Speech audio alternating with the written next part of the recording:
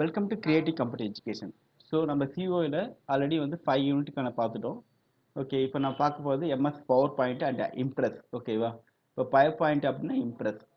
So first of all நீங்கள் தெரிஞ்சுக்கணும், word அப்படின்னா வேர்டில் என்ன யூஸ் பண்ணால் ரைட்டர். வேர்டுன்றது வந்து எம்எஸ் ஆஃபீஸில் இருக்கும், ரைட்டர்ன்றது ஓப்பன் ஆஃபீஸில் இருக்கும்.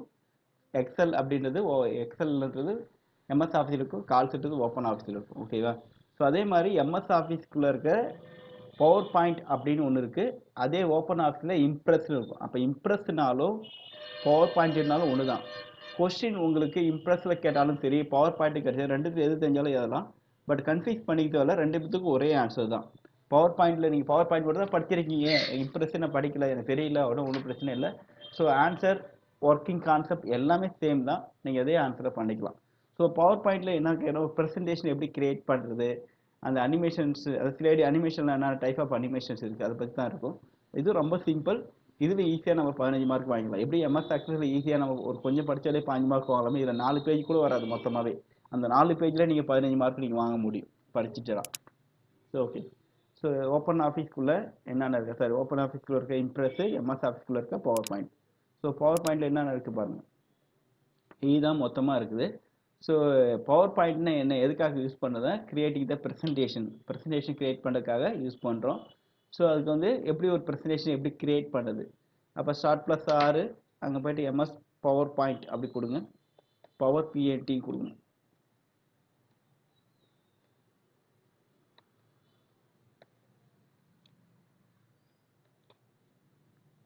எம்எஸ் கொடுக்கூடாது, ஜஸ்ட் பவர் பிஎன்டி அப்படி டைப் பண்ணுங்கள். பவர் பிஎன்டி கொடுத்துட்டு ஓகே கொடுங்க. ஸோ பவர் பாயிண்ட் ஆன் ஆகிடும். அதே நீங்கள் ஓப்பன் ஆஃபீஸில் பார்த்தீங்கன்னா இம்ப்ரெஸ்ன்னு இருக்கும். ஸோ அதை நீங்கள் ஓப்பன் பண்ணால் போதும். இம்ப்ரெஸ் வேணால் நீங்கள் போய்ட்டு பவர் ஓப்பன் கொடுங்க, சர்ச்சில் போய்ட்டு ஓப்பன் பண்ணிங்கன்னா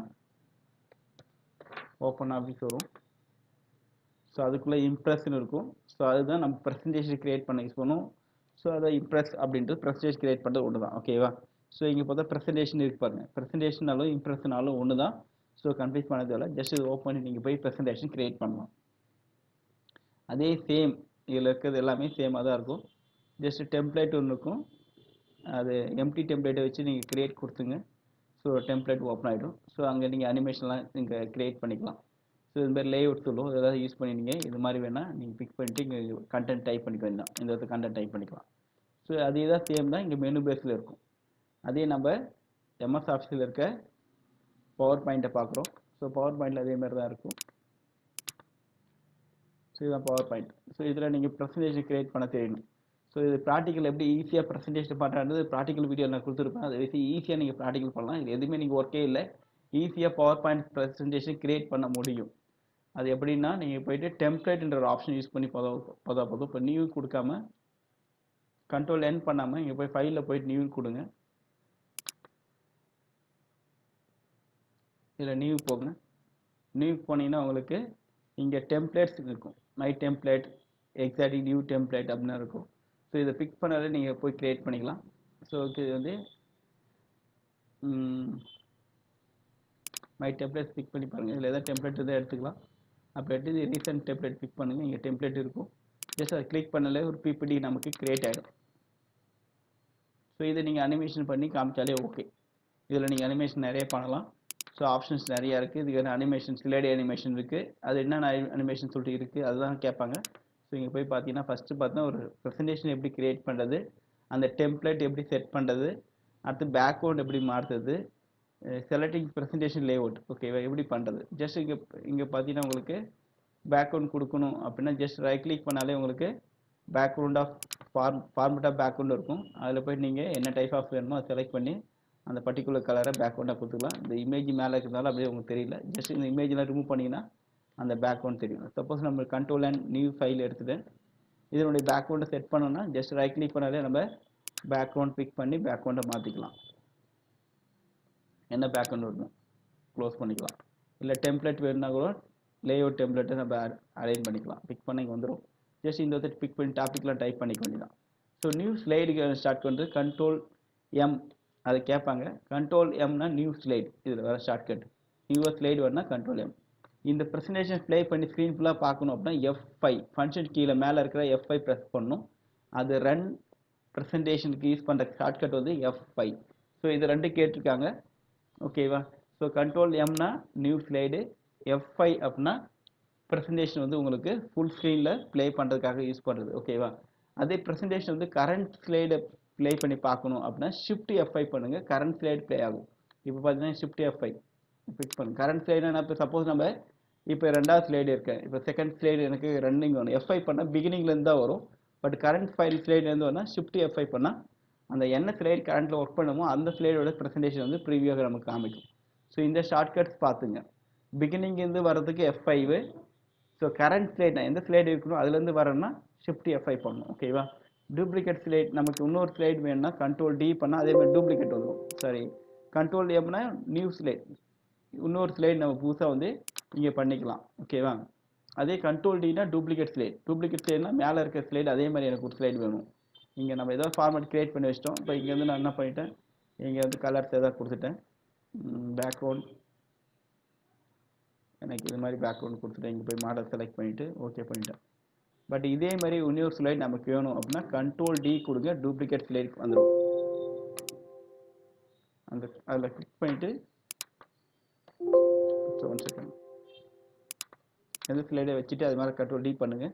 அந்த ஸ்லைட் மேலே கிளிக் பண்ணிட்டு கண்ட்ரோல் D பண்ணால் டூப்ளிகேட் ஸ்லைடு வரும். அப்போ டூப்ளிகேட் ஸ்லைடுக்கான ஷார்ட்கட் வந்து கண்ட்ரோல் D. ஒரு நியூ ஸ்லைடு வேணும் அப்படின்னா கண்ட்ரோல் M. வெரி F5 பண்ணால் பிகினிங்லேருந்து உங்களுக்கு அந்த ஸ்லைட் ஷோ ரன் ஆகும். அதே ஷிஃப்ட் 5 பண்ணால் நம்ம எந்த ஸ்லைடு இருக்குமோ அந்த ஸ்லைடு ரன் ஆகும். இதுதான் இதில் பேசிக்காக யூஸ் பண்ணுற ஷார்ட்கட்ஸ். ஓகேவா? அது ஸ்லைட் ஷார்ட்கட் என்னென்னு கேட்டிருக்காங்க. இப்போ ஒரு நிறைய நம்ம 4 ஸ்லைடு 5 ஸ்லைட் பண்ணிட்டோம், இது எல்லாத்தையும் ஒரே டைமில் பண்ணி பார்க்கலாம். வியூவில் போயிட்டு நம்ம இந்த ஸ்லைட் ஷார்ட்டை பிக் பண்ணால் போதும், மொத்த ஸ்லைடு ஒரே டைமில் கிடைக்கும், பார்க்க முடியும். ஓகேவா? எல்லா ஸ்லைடும் ஒரே டைமில் பார்க்குற ஆப்ஷன் தான் இது. நார்மலாக வச்சுன்னா உங்களுக்கு ஒவ்வொரு ஸ்லைடே தெரியும், ஸ்லைட் ஸ்டார்ட் பண்ணும்போது எல்லா ஸ்லைடும் ஒரே டைமில் நம்மளால் பார்த்துக்க முடியும். அதே மாதிரி இதில் வந்து மேக்ஸிமம் ஸ்லைடு வந்து நீங்கள் ஒரே டைமில் வந்து பிரிண்ட் எடுக்கிறோம் அப்படின்னா இப்போ பிரிண்ட் கண்ட்ரோல் Pனா பிரிண்ட் எடுக்க ஷார்ட்கட்டு. இப்போ பிரிண்ட் எடுக்கும்போது நீங்கள் செட் பண்ணிக்கலாம். நார்மலாக ஒவ்வொரு ஸ்லைடே பிரிண்ட் ஆகாமல் ஒரு மேக்ஸிமம் வந்து ஒரே டைமில் 9 ஸ்லைட் பிரிண்ட் பண்ண முடியும். இதில் ஆப்ஷன்ஸ் இருக்குது, இங்கே போய் நம்ம செட் பண்ணிக்கலாம் அதுக்கான ஆப்ஷனு. இங்கே பேஜில் போயிட்டு எனக்கு இங்கே பாருங்கள் இந்த ஆப்ஷன் இருக்கு பாருங்கள், 9 ஸ்லைடு வரைக்கும் பிரிண்ட் பண்ணலாம். மேக்ஸிமம் எத்தனை ஸ்லைடு ஒரு பேஜில் பிரிண்ட் பண்ணலாம்னா 9 ஸ்லைடு. பார்த்தீங்களா? அப்படியே பிரிண்ட் எடுத்தால் 9 ஸ்லைடு ஒரே, அதாவது இங்கே இருக்கிறது 6 ஸ்லைடு தான், பட் 9 ஸ்லைடு இருந்தாலும் பிரிண்ட் ஆகும். ஸோ இதில் மேக்ஸிமம் வந்து இது வந்து ஹேண்ட் அவுட் கேட்டிருக்காங்க. ஸோ ஹேண்ட் அவுட்னு அர்த்தம் மேக்ஸிமம் பிரிண்ட் பண்ணும்போது மேக்ஸிமம் வந்து 9 ஸ்லைடு வரைக்கும் ஒரே பேஜில் பிரிண்ட் எடுக்க முடியும். ஸோ இதான் இதில் இருக்க முக்கியமான ஆப்ஷனு. அது அனிமேஷன் எஃபெக்ட், ஒரு ஸ்லைடுக்கு இன்னொரு ஸ்லைடுக்கு அனிமேஷன் எஃபெக்ட் நம்ம கொடுங்கன்னா கொடுக்கலாம். அது டிரான்சாக்ஷன் அனிமேட் எஃபெக்ட் சொல்லுவோம். இந்த ஸ்லைடு எஃபெக்ட் எனக்கு இது மாதிரி வரணும், ஒரு ஸ்லைட்லேருந்து இன்னொரு ஸ்லைட் மூவ் பண்ணும்போது இதில் இருக்க மாடலை செலக்ட் பண்ணிக்காதீங்க, இது மாதிரி வரும். ஓகேவா? ஸோ இதே மாதிரி எல்லா ஸ்லைடுக்கு வேணும் அப்படின்னா அப்ளை டு ஆல் பிக் பண்ணிட்டுருங்க. எல்லா ஸ்லைடுக்கும் இதே மாதிரி வந்துடும், F5 பண்ணால் போதும் எல்லா ஸ்லைடுக்கும். ஸோ இதே மாதிரி கண்டினியூவான ஸ்லைட்ஸ் ஒவ்வொரு ஸ்லைடுக்கு நீங்கள் ஒவ்வொரு மாதிரி டிஃப்ரெண்டான எஃபெக்ட் கொடுக்கலாம், இல்லை எல்லா ஸ்லைடுக்கும் ஒரே மாதிரி கொடுத்துக்கலாம். இல்லை ரேண்டம் எஃபெக்ட் இதிலே இருக்குது, நீங்கள் போய் ரேண்டம் அப்படி சொல்லிட்டு ஒரு ஆப்ஷன்ஸ் இருக்கும்.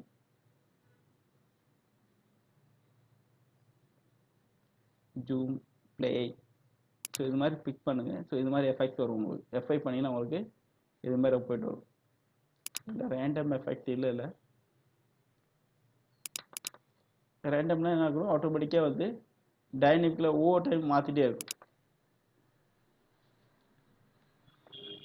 F5 பண்ணுறேன், இப்போ இப்படி வருது. திரும்ப F5 பண்ணிவிட்டு நீங்கள் போய் நான் மாற்றுறேன், நீங்கள் கிளிக் பண்ணிவிட்டு எந்த மாடல் வேணும் செலக்ட் பண்ணிவிட்டு நீங்கள் அப்ளை பண்ணிங்க. So F5, so again F5 பண்ணும்போது திரும்ப உங்களுக்கு அந்த எஃபெக்ட் வந்து மாறி வரும். ஸோ இதான் இதில் இருக்க ஆப்ஷன்ஸு. இது டிரான்ஸ்லேஷன் எஃபெக்ட் சொல்லுவோம். அடுத்து அனிமேஷன் எஃபெக்ட் தனியாக இருக்குது. அனிமேஷன் எஃபெக்ட்னா ஒரு ஆப்ஜெக்ட் கொடுக்குறது தான் அனிமேஷன் எஃபெக்ட். சப்போஸ் ஏதோ ஒரு ஆப்ஜெக்ட் நம்ம ஃப்ரேம் டைப் பண்ணிட்டோம்,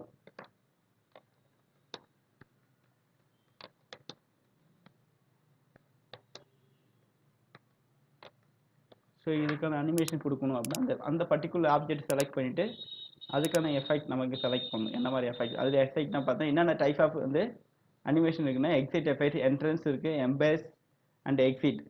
அடுத்து பாத், நம்ம லைன் செலக்ட் பண்ணி அப்படிலாம் கொடுக்குற மாதிரி இருக்குது. ஸோ இதில் ஏதாவது ஒன்று செலக்ட் பண்ணிக்கலாம் நீங்கள்.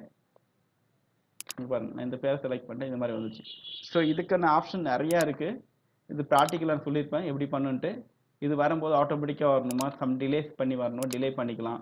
அன்கிளிக் தேவையில்ல, நான் கிளிக் பண்ண உடனே வரக்கூடாது, கிளிக் பண்ணாமே வரணும். அதுக்கப்புறம் இது வரும்போது என்னென்ன ஆப்ஷன் வேணும், இது மாதிரி டபுள் கிளிக் பண்ணிட்டா இங்கே அனிமேஷன் பேனல் இருக்கும். அதில் போய் நீங்கள் டபுள் கிளிக் பண்ணிங்கன்னா ஆட்டோமேட்டிக்காக நிறைய ஆப்ஷன்ஸ் வரும். இது பாட்டம்லேருந்து வரக்கூடாது, ஃப்ரம் எனக்கு லெஃப்ட் சைட்லேருந்து வரணும். அது வரும்போது நம்ம ஸ்மூத்திங் ஷார்ட் எல்லாமே யூஸ் பண்ணிக்கலாம். அது வரும்போது சவுண்டு வரணும் ஒவ்வொரு லெட்டர் வரும்போது. ஆஃப்டர் அனிமேஷன் அதோடைய கலர் ஆட்டோமேட்டிக்காக மாறிடணும், ஒயிட் கலரில் மாறிடணும்.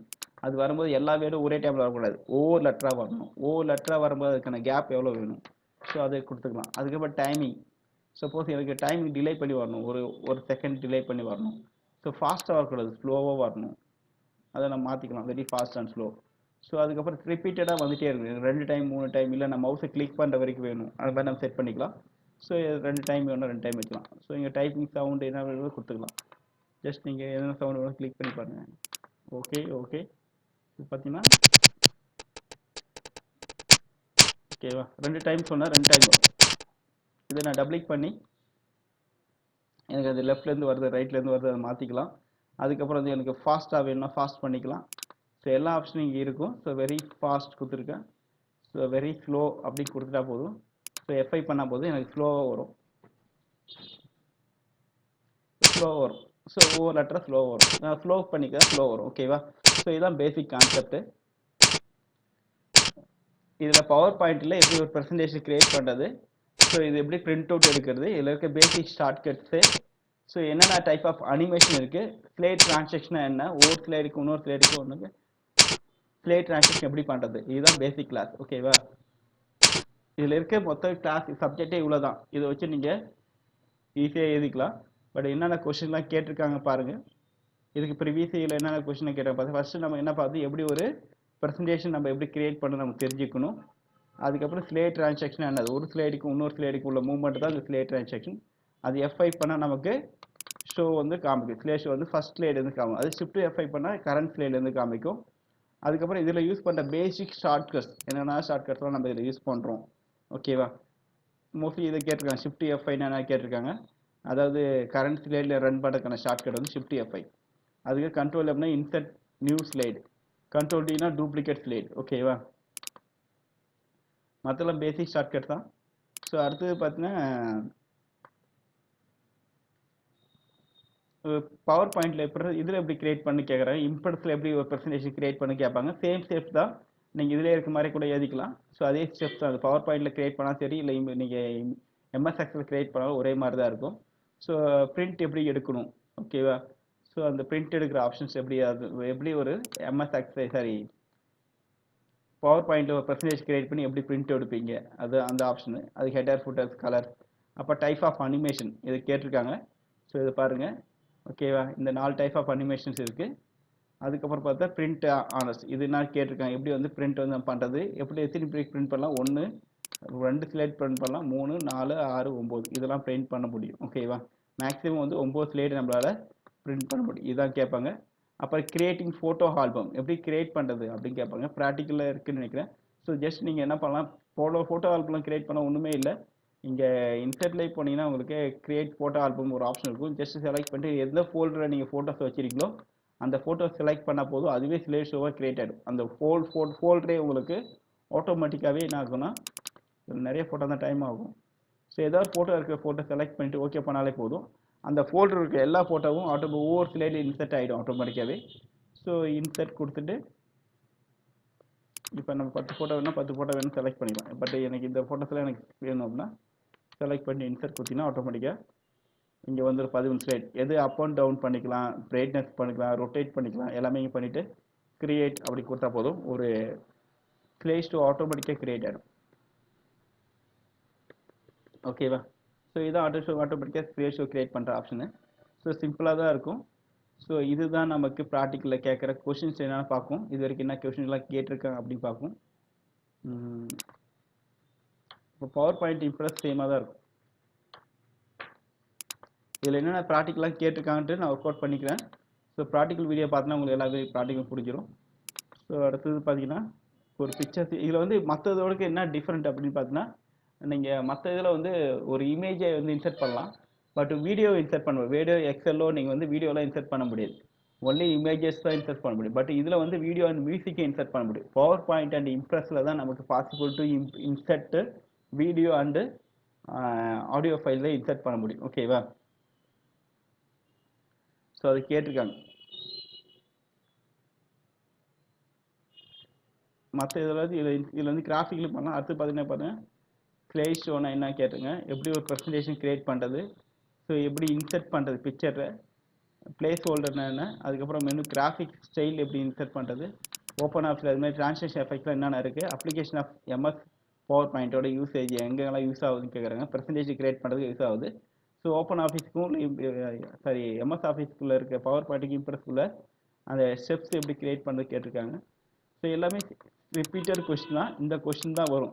ஆல்பம் எப்படி கிரியேட் பண்ணுறது, ஓகே நம்ம கிரியேட் பண்ணலாம் தான். ப்ரெசன்டேஷனை எப்படி கிரியேட் பண்ணுறது, ஒரு பிக்சர் எப்படி இன்சர்ட் பண்ணுறது, ஓகேவா, எப்படி பிரிண்ட் பண்ணுறது, ஹேண்ட் அவுட் சொன்னால அதை 9 பேஜ் 9 வரைக்கும் பிரிண்ட் எடுக்கலாம். ஸோ இதில் பவர் பாயிண்ட் இங்கே இருக்குது. இதில் போய்ட்டு கண்ட்ரோல் பண்ணுறோம். இதிலே பார்த்து நமக்கு மல்டிபிள் ஸ்லைட்ஸ் வேணும் எனக்கு அப்படின்னா பிரிண்ட் ஆன் அவுட் போய்ட்டு இங்கே செலக்ட் பண்ணிக்கலாம். ஸோ ஹேண்ட் அவுட் கிளிக் பண்ணிவிட்டு இதில் என்ன ஆப்ஷன்ஸ் பார்த்தீங்கன்னா உங்களுக்கு இதுலேயும் மேக்ஸிமம் வந்து 9 ஸ்லைடு வரைக்கும் ஒரு பேஜில் பிரிண்ட் அவுட் பண்ணிக்க முடியும். இதுலேயே கண்ட்ரோல் பி தான் பிரிண்ட் எடுக்க ஷார்ட்கட்டு எல்லாத்துக்கும். ஸோ கண்ட்ரோல் பி அப்படின்ட்டு டிஃபால்ட்டாக பிரிண்ட் எடுக்க ஷார்ட்கட் தான். ஸோ ஓகே, இதில் வேறு என்ன இருக்குது பார்த்தா இதை பேசிக் கொஷின்ஸு, இதை எல்லாமே தெரிஞ்சுங்க. இந்த கொஷின் தான் ரிப்பீட்டடாக வரும். ஸோ இதில் ஈஸியாக 15 மார்க், மொத்தமே பார்த்தா 3 பக்கம் தான் இருக்குது. இந்த 3 பக்கத்தில் 15 மார்க் உங்களுக்கு உண்டு கன்ஃபார்ம். ஓகேவா? ஸோ கண்டிப்பாக வந்து ஒரு ப்ரெசன்டேஷன் எப்படி கிரியேட் பண்ணுறது, டைப் ஆஃப் அனிமேஷன் என்ன இருக்குது, அப்புறம் வந்து டிரான்சாக்ஷன் எஃபெக்ட்ஸ் என்னென்ன இருக்குது.